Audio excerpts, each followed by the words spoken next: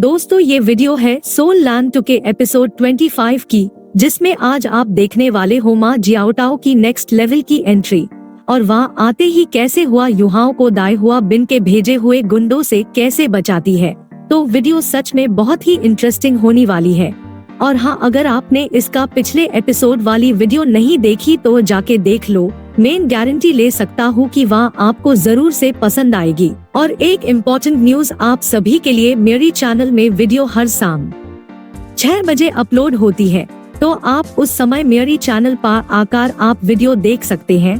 तो टाइम को वेस्ट ना करते हुए इस वीडियो को स्टार्ट करते हैं। जैसा कि आपने लास्ट पार्ट में देखा कि दाई हुआ बिन के भेजे हुए गुंडों ने वोंगडोंग और हुआ युहाओं के ऊपर अपनी स्पिरिट एबिलिटी से अटैक कर दिया था, जिसे काउंटर करने के लिए हुआ युहाओं ने अपनी सारी फ्यूजन एनर्जी और अपनी पूरी ताकत को यूज करके उस गुंडे पर एक काफी खतरनाक अटैक कर दिया था। अब इस पार्ट की स्टार्टिंग में हम दाई हुआ बिन को देखते हैं, जिसकी काफी तगड़े वाले होश उड़े हुए होते हैं, क्योंकि हुआ युवाओं और वोंगडोंग को एकदम सही सलामत देखकर यह मन में कहता है, यह नामुमकिन है। आखिर यहाँ पर क्या चल रहा है? क्या ऐसा हो सकता है कि उन लोगों का कल का प्लान फेल हो गया हो? इधर दाई होबिन को देख के वोंगडोंग काफी ज्यादा गुस्से में होता है, लेकिन हुआ युहाओं ने इसे रोक रखा था और यह कहता है, दाई हुआ बिन, हमने जो कल बेट लगाई थी वो तुम्हें याद तो है ना? और तुम मुझसे उसमें हार गए थे और अब समय हो गया है उस बेट के वादे को पूरा करने का। और इस तरफ वोंगडोंग को दाई हुआ बिन के ऊपर काफी ज्यादा गुस्सा आ रहा होता है और यह गुस्से से मन में कहता है, इस हरामखोर को मैं नहीं छोड़ता। अगर हुआ युहाओं ने मुझे रोका नहीं होता तो, और मैं अभी के अभी आईसी पीट के एक अच्छा सबक सिखा देता, क्योंकि सिर्फ इसी की वजह से हम लास्ट नाइट मरते मरते बचे हैं।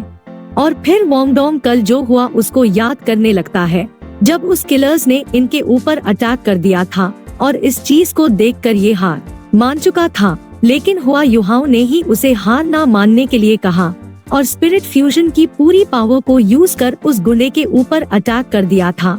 और इन दोनों का स्पिरिट फ्यूजन का अटैक उस गुंडे की अटैक को डिस्ट्रॉय करके उसके जा लगा, जिसकी वजह से वह पूरी तरीके से गोल्डन स्टैचू में बदल जाता है।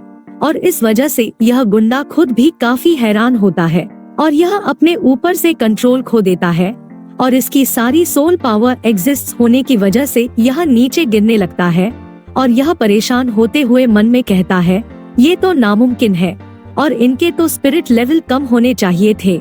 और इस तरफ हम हुआ युहाओं को देखते हैं, जिसने इस अटैक में अपनी सारी स्पिरिट पावर को यूज कर लिया होता है और इन दोनों के पास बिल्कुल ही एनर्जी नहीं रह गई थी इन लोगों से बचकर भागने की। और इस तरफ इनके इस अटैक को देख के ये सभी गुंडे भी काफी ज्यादा चौंक जाते हैं और इन पर खतरा ज्यादा ना बढ़े, इसलिए ये तुरंत ही इनको मारने का डिसाइड करते हैं।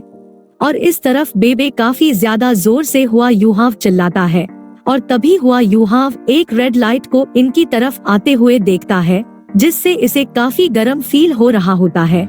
और यह रेड लाइट एक आग का गोला होता है, जो कि पलक झपकते ही इन सभी गुंडे के आगे आ जाता है और यह आग का गोला इनके सामने से हुआ युवाओं और वोंगडोंग को ले जाता है और यह इन दोनों को यहाँ से ले जाके बेबे को दे देती है और उसे इन दोनों का ध्यान रखने के लिए कहता है।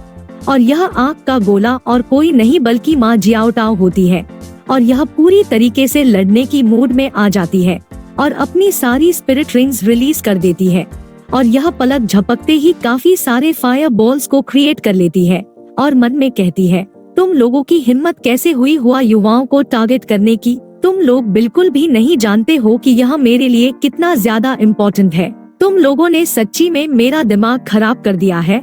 और फिर यह गुस्से से चिल्लाते हुए कहती है, तुम्हारी हिम्मत कैसे हुई श्रेक्स एकेडमी के स्टूडेंट्स को नुकसान पहुँचाने की?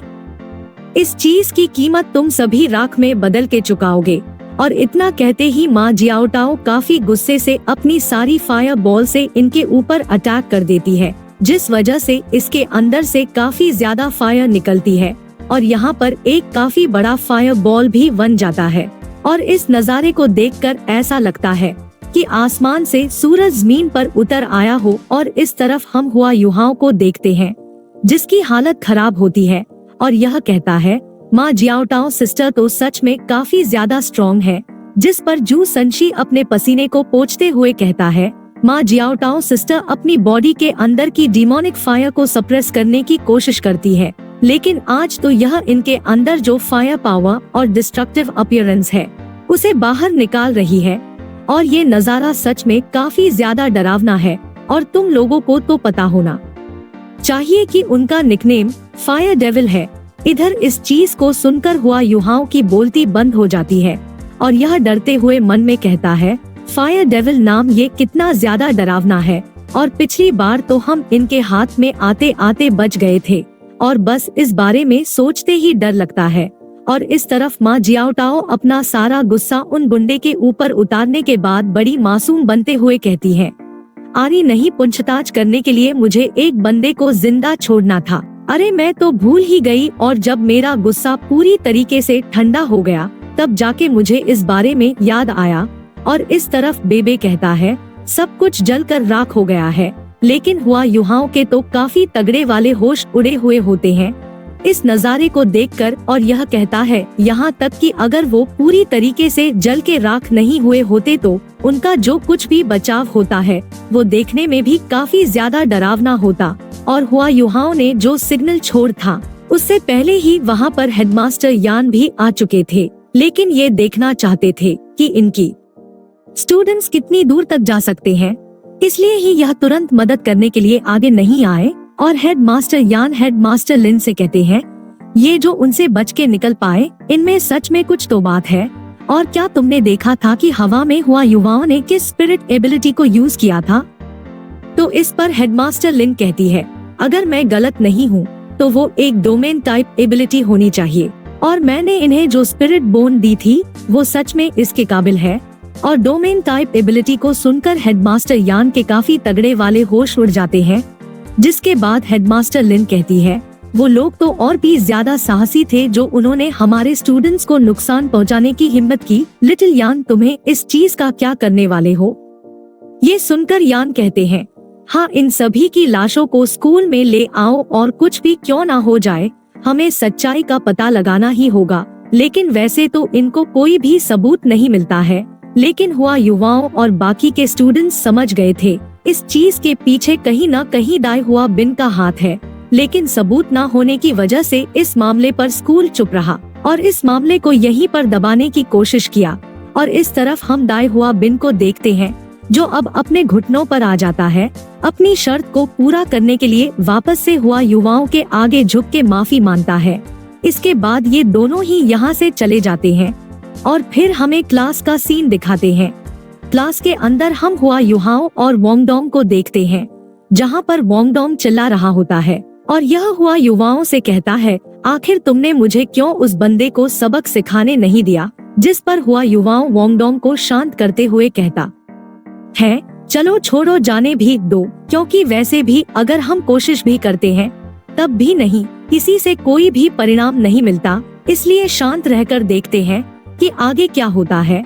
और इसी के साथ आज के हमारा ये पाठ खत्म होता है। अगले पाठ के लिए इस वीडियो पर 2000 लाइक्स करवा दूं और कमेंट में नेक्स्ट पार्ट जरूर लिखना। Okay, bye, take care.